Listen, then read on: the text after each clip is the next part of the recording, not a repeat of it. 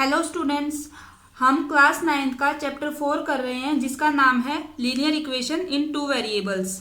इसकी 4.3 एक्सरसाइज चल रही है। हम इसके 1 to 4 क्वेश्चंस लास्ट वीडियो में कर चुके हैं। अगर आपने वो वीडियो नहीं देखी है तो मैं डिस्क्रिप्शन बॉक्स में उसका लिंक डाल दूंगी, आप चाहें तो वहाँ से चेकआउट कर सकते हैं। आज हम ये एक्सरसाइज कंप्लीट कर लेंगे, तो चलिए स्टार्ट करते हैं क्वेश्चन नंबर 5 से। सबसे पहले उसकी स्टेटमेंट देखते हैं।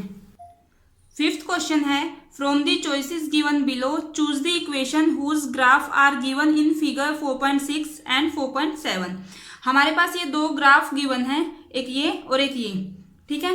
तो हमें ये बताना है, जो हमारे पास 4 इक्वेशंस गिवन हैं, हमें बताना है इनमें से कौन सी इक्वेशन के लिए ग्राफ सुटेबल है और कौन सी के लिए नहीं। बेसिकली हमें क्या देखना है, जो ये ग्राफ पे ये पॉइंट्स गिवन है ना, जिनकी हेल्प से हमने ये ग्राफ ड्रॉ किया है, हम इन्हीं पॉइंट्स की हेल्प लेंगे ये चेक करने के लिए कि इनमें से कौन सी इक्वेशन का ये ग्राफ होगा और कौन सी का नहीं। तो चलिए स्टार्ट करते हैं। मैंने जो ग्राफ में पॉइंट्स गिवन थे वो लिख लिए हैं, -1 and 1, 0 0 1 and -1, ठीक है। फर्स्ट पॉइंट हमारा x को रिप्रेजेंट करता है एंड सेकंड पॉइंट y को रिप्रेजेंट करता है। अब हमारे पास ये 4 इक्वेशंस गिवन हैं, हमें ये चेक करना है कि वो जो ग्राफ गिवन है हमारे पास फिगर 4.6 में, वो इनमें से कौन सी इक्वेशन के लिए सही होगा। हमें क्या, जो ये पॉइंट्स हैं हमारे पास, हमें पता है ये इन इक्वेशंस में से इनके सॉल्यूशन होंगे। अगर ये इसका सॉल्यूशन होगा तो जब हम ये वैल्यू x की जगह ये फर्स्ट वैल्यू और y की जगह ये सेकंड वैल्यू, तीनों पॉइंट्स की इन इक्वेशंस में पुट करेंगे, तो हमारी जो लेफ्ट हैंड साइड है वो किसके इक्वल आनी चाहिए, राइट हैंड साइड की। और किसी एक पॉइंट के लिए नहीं, तीनों पॉइंट उस इक्वेशन में सेटिस्फाई होने चाहिए, तभी हम ये बोल सकते हैं कि वो ग्राफ उस इक्वेशन का होगा, अदरवाइज नहीं। अगर एक भी पॉइंट रखने से हमारी जो लेफ्ट हैंड साइड है वो राइट हैंड साइड के इक्वल नहीं आ रही है, तो वहीं से हमारा उसका आंसर नो हो जाएगा। ओके, आई होप आपको समझ में आ गया होगा। अब हम करके देखते हैं। तो ये जो फर्स्ट इक्वेशन है वो है y = x।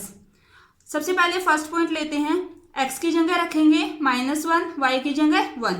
तो देखो x की जगह -1, y की जगह 1, तो 1 = -1। क्या ऐसा पॉसिबल है? नहीं। तो यहाँ से जो ये हमारी फर्स्ट इक्वेशन गिवन है, इस इक्वेशन का तो वो ग्राफ नहीं है। हमारा जब फर्स्ट ही गलत आ रहा है ना, तो उसके बाद आपको आगे चेक करने की कोई ज़रूरत नहीं है, ठीक है। आप वहीं से लिख सकते हैं कि इस इक्वेशन के लिए हमारा जो ग्राफ है वो सही नहीं है। अब सेकंड पे चेक करते हैं, ठीक है।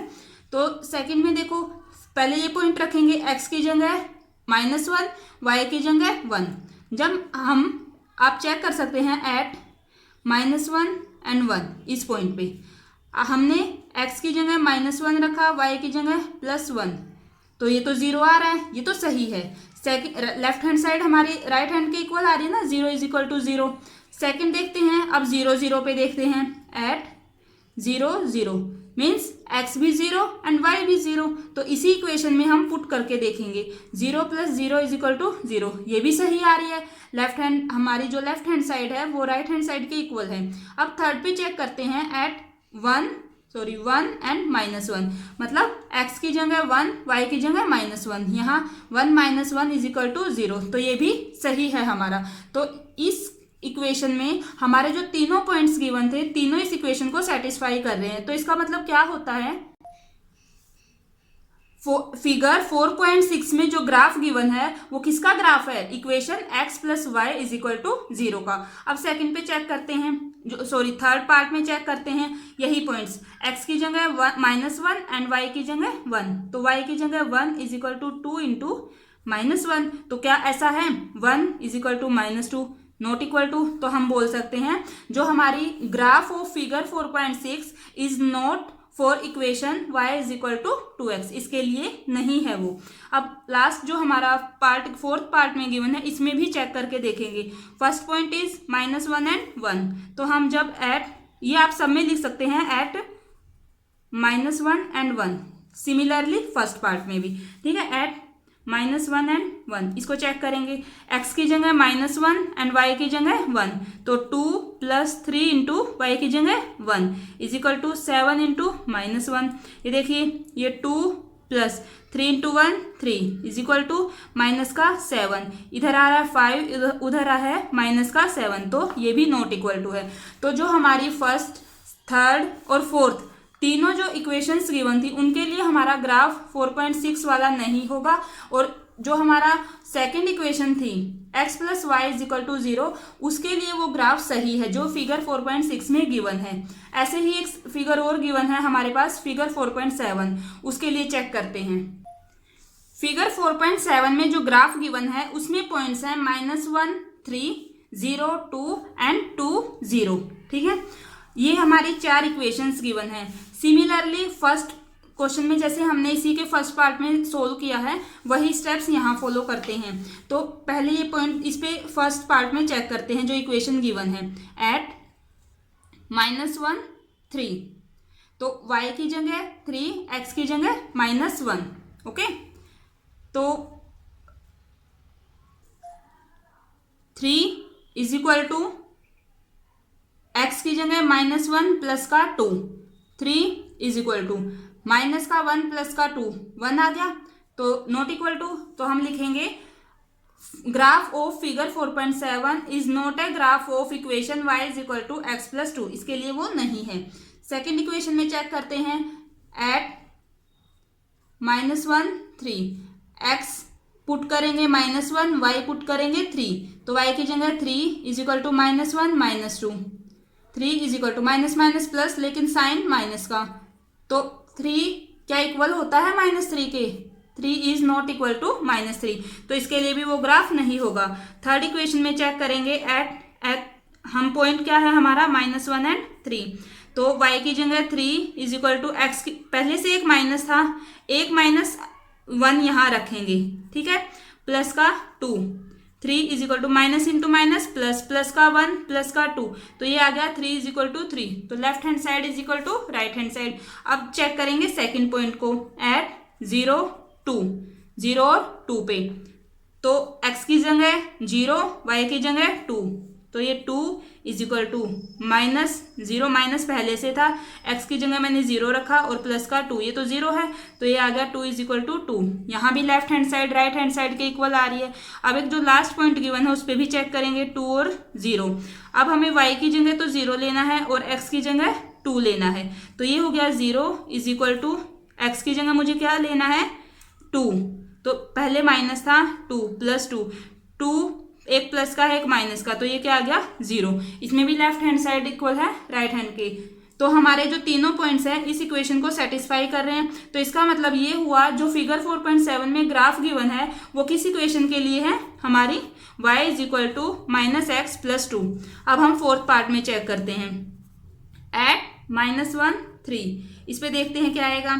x की जगह -1, फिर प्लस है 2 इंटू 3 इज इक्वल टू 6, ये माइनस का 1, यहाँ से जब इसको सोल्व करेंगे 2 इंटू 3 6 इज इक्वल टू 6, ये आ गया 5, इधर है 6, तो ये नॉट इक्वल टू है, तो इसके लिए भी ये ग्राफ नहीं होगा। ये हमारा 5th क्वेश्चन कंप्लीट होता है। अब करते हैं क्वेश्चन नंबर 6।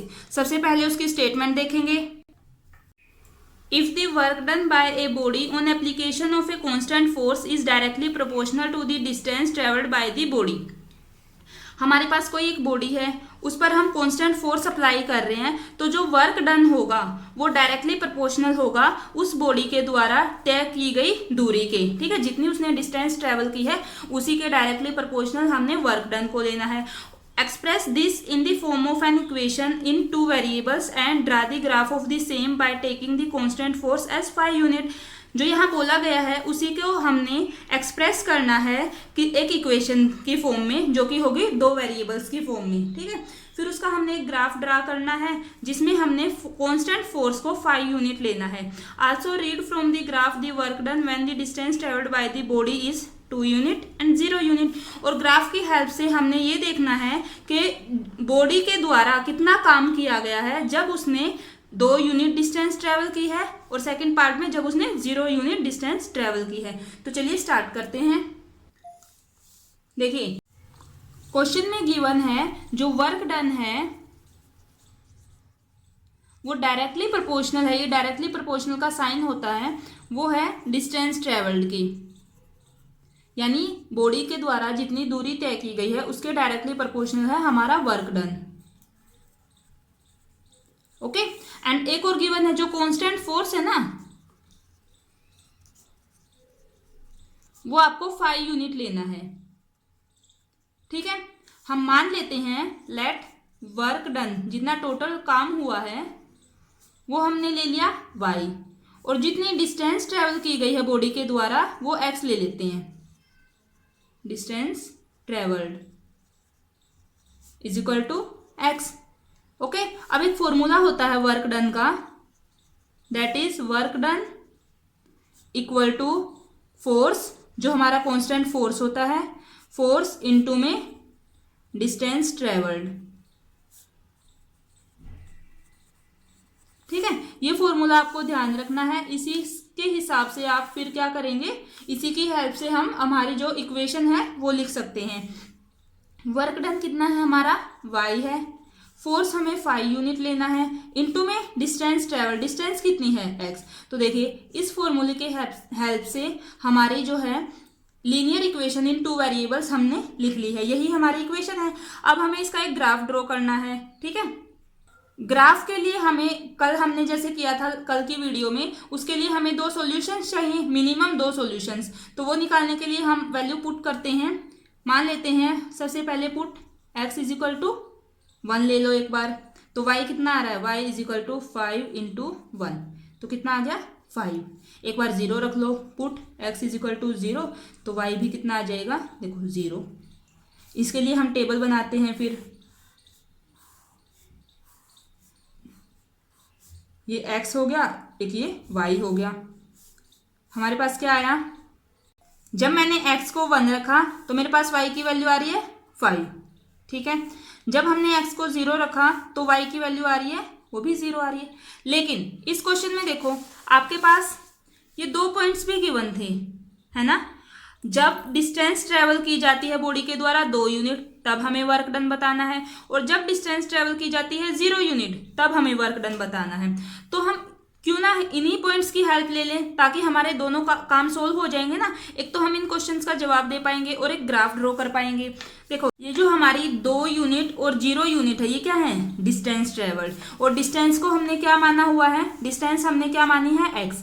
यानी कि हम अगर एक तो हम x की जगह क्या लेंगे, यानी डिस्टेंस ट्रेवल फर्स्ट पार्ट में तो हमने लेनी है 2 यूनिट और सेकंड पार्ट में लेनी है 0। तो जो ये हमने x को 0 लिया है ना, ये तो हमारा सेकंड पार्ट हो गया। एक और सोल्व कर लेते हैं, जिसमें फर्स्ट पार्ट में हमारे पास x क्या लेना था, हमें 2 यूनिट लेना था ना। तो जब मैं x को 2 पुट करूंगी तो मेरे पास y देख लेते हैं क्या आएगा। जब हम x को 2 पुट कर रहे हैं तो y क्या आएगा, 5 इंटू में 2 क्या आ रहा है 10। तो जब हमारी एक और बना लेते हैं यहाँ, जब हमने x को पुट किया 2 यानी कि डिस्टेंस ट्रेवल की गई 2 यूनिट, तो हमारा y यानी वर्क डन कितना आ रहा है, 10 यूनिट्स। आई होप आपको समझ में आया होगा। अब हम इसका ग्राफ ड्रॉ करते हैं। ये मैंने कार्टेशियन प्लेन ड्रॉ कर लिया है, ये हमारी x एक्सिस होती है, ये y एक्सिस, और ये हमारी सॉल्यूशंस की जो टेबल हमने अभी बनाई थी वो है। तो अब ग्राफ ड्रॉ करते हैं। x की 1, y का 5, x का 1 ये रहा एंड y का 5, तो ये हो जाएगा हमारा पॉइंट कौन सा, 1 और 5। पहले x लिखना होता है, फिर y का, फिर 0 0 तो यही है, फिर एक 2 है और एक 10, x का तो 2 और y का 10 कहाँ आएगा, ये देखो।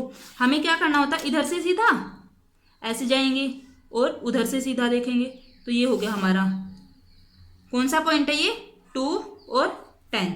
अब इनको ज्वाइन कर देते हैं, तीनों पॉइंट्स को, ये हमारे ज्वाइन हो गए हैं। ठीक है, ये हमने ग्राफ ड्रॉ किया है। इक्वेशन क्या थी हमारी, y is equal to 5x। अब देखो फर्स्ट पार्ट में पूछा गया था जब डिस्टेंस 2 यूनिट ट्रेवल की गई है तो वर्क डन क्या होगा। वर्क डन हमारा कितना आ रहा है, 10 यूनिट्स। तो आप क्या लिखेंगे, when distance travelled is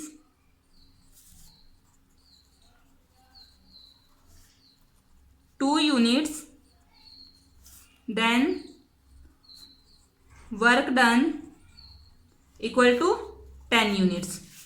okay, first part में पूछा गया था जब डिस्टेंस ट्रेवल 0 यूनिट होगी तो वर्क डन भी कितना होगा, 0 यूनिट। तो आप लिखेंगे when distance travelled is 0 unit then work done is also 0 unit. 6th question हमारा कंप्लीट होता है। अब करते हैं 7th क्वेश्चन। सबसे पहले उसकी स्टेटमेंट देखेंगे। यह है हमारे 7th क्वेश्चन की statement. Yamini and Fatima, 2 students of class 9th of a school, together contributed ₹100 towards the Prime Minister's Relief Fund to help the earthquake victims। Yamini और फातिमा कोई 2 स्टूडेंट हैं क्लास 9th की, वो दोनों मिलकर 100 रुपीज़ इकट्ठे करते हैं प्राइम मिनिस्टर्स रिलीफ फंड में कंट्रीब्यूट करने के लिए। Right A linear equation which satisfy this data. हमें एक लीनियर इक्वेशन लिखनी है जो इस डाटा को सेटिस्फाई करती हो।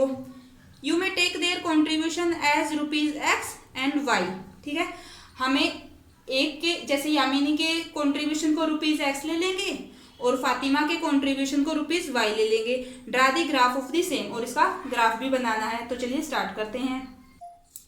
यामिनीज कॉन्ट्रीब्यूशन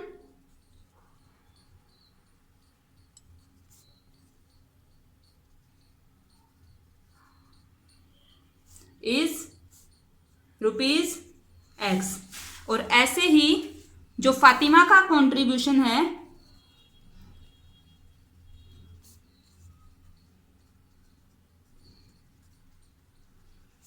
इज ₹Y, वो हम Y रुपीज ले लेते हैं जैसा कि क्वेश्चन में बोला गया है।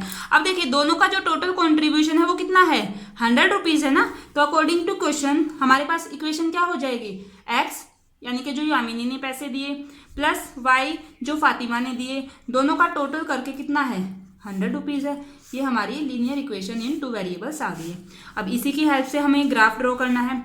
सबसे पहले हमें इसके सॉल्यूशंस चाहिए, एटलीस्ट 2 सॉल्यूशंस। तो उसके लिए हम वैल्यू पुट करेंगे, put x is equal to, अब आप देखो यहाँ 100 है तो थोड़ी बड़ी वैल्यू है ना, तो आप उसी के हिसाब से यहाँ भी थोड़ी बड़ी वैल्यू पुट करेंगे ताकि जो हमारा ग्राफ है वो हम अच्छे से प्लॉट कर पाएँ। जैसे मान लो मैंने x की जगह एक बार 60 रख दिया, पुट कर लेते हैं। x की जगह जब मैं 60 रख रही हूँ, 60 + y इज इक्वल टू 100, तो मेरे पास y कितना आ रहा है, 100। 60 इधर प्लस का उधर जाके माइनस कितना आया, 40। ठीक है, और ऐसे ही अगर मैं put x is equal to, एक बार 50 ले लो। ठीक है, तो जब हम 50 रखेंगे plus y is equal to 100, तो y की वैल्यू मेरे पास कितनी आ जाएगी, 100 - 50 दैट इज 50। तो हमारे पास क्या आया, जो सॉल्यूशंस आए हैं हमारे वो क्या हैं, x y। x जब मैंने 60 रखा y 40 आ रहा है, जब मैंने x को 50 रखा y भी मेरे पास 50 आ रहा है। तो इसी के बेसिस पे अभी ग्राफ ड्रॉ करते हैं। ये मैंने कार्टेशियन प्लेन ड्रॉ कर लिया है, x axis y axis equal distance पे निशान लगा के मैंने 20-20 का गैप लिया है ताकि हमारा ग्राफ जो है वो ज़्यादा लंबा ना हो। अब देखिए x जब 60 है तो y मेरे पास 40 है, x का 60 ये रहा एंड y का 40 ये रहा। यहाँ हो जाएगा ना हमारा पॉइंट 60 एंड 40।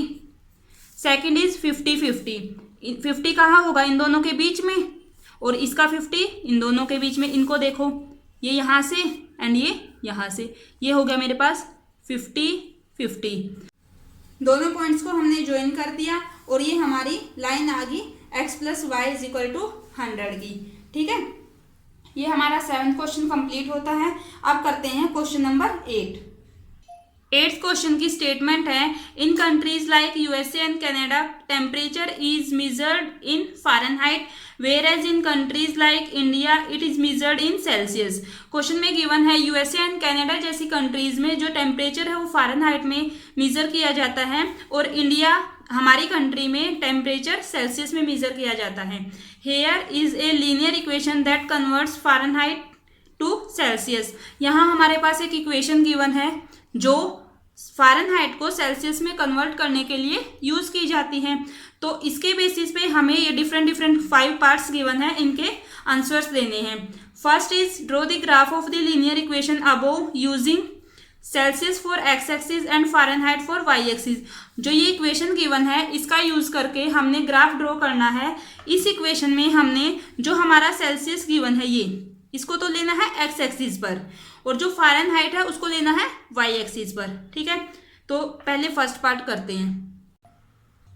तो देखिए क्वेश्चन में ये इक्वेशन गिवन थी, क्वेश्चन में ही गिवन है सेल्सियस को हमने एक्स एक्सिस के लिए यूज करेंगे, एक्स एक्सिस के लिए यूज करेंगे और फ़ारेनहाइट के लिए हम वाई एक्सिस यूज करेंगे। तो मैं इसी में लिख लेती हूँ फ़ारेनहाइट के लिए वाई एक्सिस, तो वाई लिखा हमने 9/5 सेल्सियस की जगह एक्स एक्सिस प्लस 32।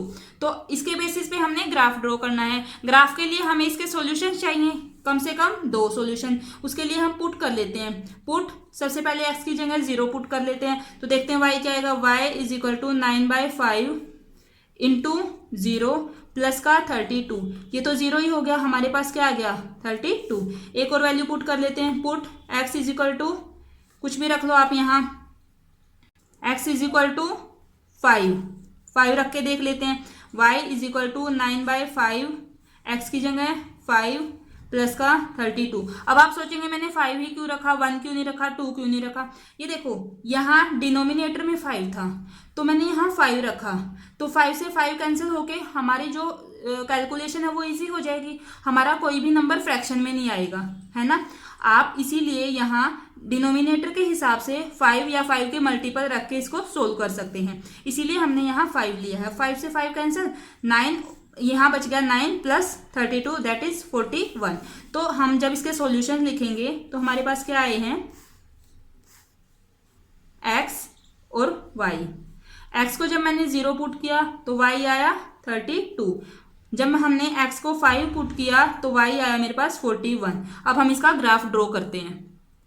ये हमने कार्टेशियन प्लेन ड्रॉ कर लिया है, x की वैल्यू 0, y की 32, x 0 यहाँ है, y 32, ये 30 है, ये 40 है, यहाँ हमारा 32 हो जाएगा। तो ये पॉइंट हो गया मेरे पास 0 एंड 32। अब देखो x 5 y 41, x का 5 कहाँ होगा, इन दोनों के बिल्कुल बीच में, ये 5 हो गया, एंड 41 40 से थोड़ा सा ऊपर, है ना। तो हम इनको जब लेंगे ऐसे, ये यहाँ पॉइंट होगा, कौन सा, 5 एंड 41। आपको ये ग्राफ पेपर पे ड्रॉ करना है ताकि आप इसको अच्छे से ड्रॉ कर पाएं, ठीक है। इन दोनों को हम ज्वाइन करेंगे, ये आ गई हमारी लाइन। इक्वेशन क्या थी इसकी, y = 9/5 इंटू एक्स प्लस 32। अब ये हमारा फर्स्ट पार्ट कंप्लीट होता है। अभी इसी क्वेश्चन का सेकंड पार्ट देखते हैं। सेकेंड पार्ट में है, if the temperature is 30 degree Celsius what is the temperature in Fahrenheit. अगर हमारा टेम्परेचर 30 डिग्री सेल्सियस है तो टेम्परेचर फ़ारेनहाइट में क्या होगा। यहाँ हमारे पास फ़ारेनहाइट में गिवन है, सेल्सियस में पूछा गया है, और फोर्थ पार्ट में 0 डिग्री सेल्सियस पे फ़ारेनहाइट में क्या होगा और 0 डिग्री फ़ारेनहाइट पे सेल्सियस में क्या होगा। तो तीनों के तीनों जो पार्ट्स हैं वो लगभग एक जैसे ही हैं। तो चलिए पहले इसका सेकेंड पार्ट करते हैं। इक्वेशन ये थी हमारी, हमें 30 डिग्री सेल्सियस गिवन है और फ़ारेनहाइट में टेम्परेचर निकालना है। तो हमें सीधा सा क्या करना है, c की वैल्यू हम 30 पुट करेंगे। तो f = 9/5 इंटू 30 प्लस का 32, 6, जब 9 और 6 की मल्टीप्लाई करेंगे 54 प्लस 32, अब ऐड करेंगे इनको 6, 8, तो हमारे पास जो ये है फ़ारेनहाइट में कितना आ गया 86 डिग्री। तो यानी कि जो 30 डिग्री सेल्सियस था वो किसके इक्वल है, 86 डिग्री फ़ारेनहाइट के। ऐसे ही थर्ड पार्ट में सेम इक्वेशन, लेकिन टेम्परेचर जो है वो है 95 डिग्री फ़ारेनहाइट। यहाँ हम f की जगह ये यूज़ करेंगे 95 और सेल्सियस में आंसर निकालेंगे। तो देखो f की जगह मुझे लिखना है 95, उधर है 9/5 इंटू में c प्लस का 32, प्लस 32 इधर आएगा तो माइनस का हो जाएगा, 95 माइनस 32 इधर है 9/5 इंटू c। जब इसको माइनस करूँगी तो मेरे पास आ गया 63 इक्वल टू 9/5 इंटू c के साथ 9/5 इधर मल्टीप्लाई में, इधर आएगा तो डिवाइड हो जाएगा। तो 65, 5 जो डिवाइड में था, 63, 5 जो इधर डिवाइड में था इक्वल से जब लेफ्ट साइड आएगा तो क्या होगा मल्टीप्लाई, एंड जो 9 मल्टीप्लाई में था वो डिवाइड हो जाएगा, is equal to c। Okay, तो 9 7 जा 63, तो ये आ गया हमारे पास 35 डिग्री, ये सेल्सियस में आया है, ठीक है, तो इसको हम कैसे लिखेंगे, 95 degree Fahrenheit is equal to 35 degree Celsius. ये हमारे सेकंड और ये थर्ड पार्ट कंप्लीट होते हैं। अब देखते हैं इसका फोर्थ पार्ट। फोर्थ पार्ट भी इसी तरीके से, एक बार तो गिवन है 0 डिग्री सेल्सियस टेम्परेचर और हमें फ़ारेनहाइट में निकालना है, एक बार गिवन है 0 डिग्री फ़ारेनहाइट और हमें सेल्सियस में निकालना है। तो पहले C की जगह 0 पुट करेंगे, F निकाल लेंगे। F is equal to 9/5, C की जगह 0 प्लस का 32, ये 0 हो गया, F आ गया मेरे पास 32 डिग्री। ठीक है, तो हम लिख सकते हैं कि 0 degree Celsius is equal to 32 degree Fahrenheit. अब हमें सेकंड पार्ट में क्या करना है, इसी के 0 डिग्री फ़ारेनहाइट पे सेल्सियस में टेम्परेचर फाइंड आउट करना है। तो F की जगह रखेंगे 0, इधर है 9/5 इंटू में C प्लस का 32 इधर प्लस है, उधर जाएगा तो माइनस हो जाएगा, इधर 0 ही था, इक्वल टू 9/5 C, वही ये माइनस का 32 है, ये देखो 5 की मल्टीप्लाई होगी और 9 डिवाइड होगा, ये आ गया। इनको सोल्व करते हैं, minus into plus, minus 32 into 5 160/9 is equal to C। जब मैं इसको डिवाइड करूंगी तो मेरे पास आएगा माइनस का 17.77। ठीक है, ये जो 7 ऐसे ही चलता रहेगा तो हम इसको लिख सकते हैं माइनस का 17 ये एक नंबर इंक्रीज हो जाता है ना, अगर पॉइंट के बाद जो सेकेंड नंबर है वो 5 या 5 से बड़ा होता है तो हम इसको एक नंबर बढ़ा के लिख सकते हैं। इतने degree is equal to Celsius, ये है हमारे पास अप्रोक्स। ठीक है, अप्रोक्सीमेट वैल्यू आई है हमारी, तो हम इसको लिख सकते हैं कि जो 0 डिग्री फ़ारेनहाइट था वो किसके इक्वल है, माइनस का 17.8 डिग्री सेल्सियस अप्रोक्स। ओके, ये हमारा इसका फोर्थ पार्ट कंप्लीट होता है। अब देखते हैं 8th क्वेश्चन का फिफ्थ पार्ट। फिफ्थ पार्ट की स्टेटमेंट है, is there a temperature which is numerically the same in both Fahrenheit and Celsius, if yes find it. क्या कोई ऐसा टेम्परेचर है जिसपे फ़ारेनहाइट और सेल्सियस दोनों की वैल्यू सेम हो? अगर ऐसा है तो उसे फाइंड आउट कीजिए। तो चलिए स्टार्ट करते हैं। ये हमारी इक्वेशन है, हमें ऐसा टेम्परेचर फाइंड आउट करना है जिस पर हमारी फ़ारेनहाइट में भी और सेल्सियस में भी दोनों में वैल्यू सेम हो। तो हम मान लेते हैं ए कोई ऐसा टेम्परेचर है जिसपे इन दोनों की वैल्यू सेम होगी, फ़ारेनहाइट में भी और सेल्सियस में भी ए ऐसा कोई टेम्परेचर है। तो अब हम क्या करेंगे, एफ की जगह और सी की जगह दोनों जगह ए पुट करके देखते हैं। ए इज इक्वल टू 9/5 इंटू में यहाँ भी ए प्लस का 32, इसको सोल्व करो आप। ये है ए, ये हो गया, देखो ये भी ए है, ये भी ए है, इन दोनों को आप एक साइड ले लो और जो ये 32 है इसको राइट साइड में रखो। तो ये इधर पूरा प्लस का है ना, इधर आके माइनस का हो जाएगा। 9/5 ए इज इक्वल टू 32। जब हम इन दोनों का एलसीएम लेंगे तो मेरे पास क्या आएगा, 5 की इधर मल्टीप्लाई 5 इंटू ए माइनस का 9a is equal to 32। 5a minus का 9a कितना आ गया, माइनस का 4a divide by 5 is equal to 32। अब आप देखो हमें तो a की वैल्यू फाइंड आउट करनी है ना, तो जो ये माइनस का 4/5 है ये हमारे राइट साइड में जाएगा। 5 मल्टीप्लाई इधर डिवाइड में है, उधर गया तो मल्टीप्लाई में।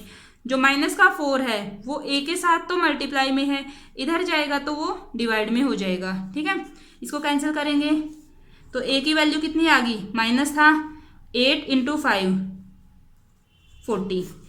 ठीक है, तो 40 माइनस का 40 ऐसा टेम्परेचर है जिस पर फ़ारेनहाइट में भी और सेल्सियस में भी दोनों में वैल्यू सेम होगी। ठीक है, तो ये हमारा 8th क्वेश्चन कंप्लीट होता है। इसी के साथ हमारी एक्सरसाइज 4.3 कंप्लीट होती है। आई होप आपको सारे क्वेश्चंस अच्छे से समझ में आए होंगे। फिर भी अगर आपको कोई डाउट है तो आप कमेंट सेक्शन में एक कमेंट अपना छोड़ सकते हैं, आपका वो डाउट जरूर क्लियर किया जाएगा। तो ये थी हमारी आज की वीडियो।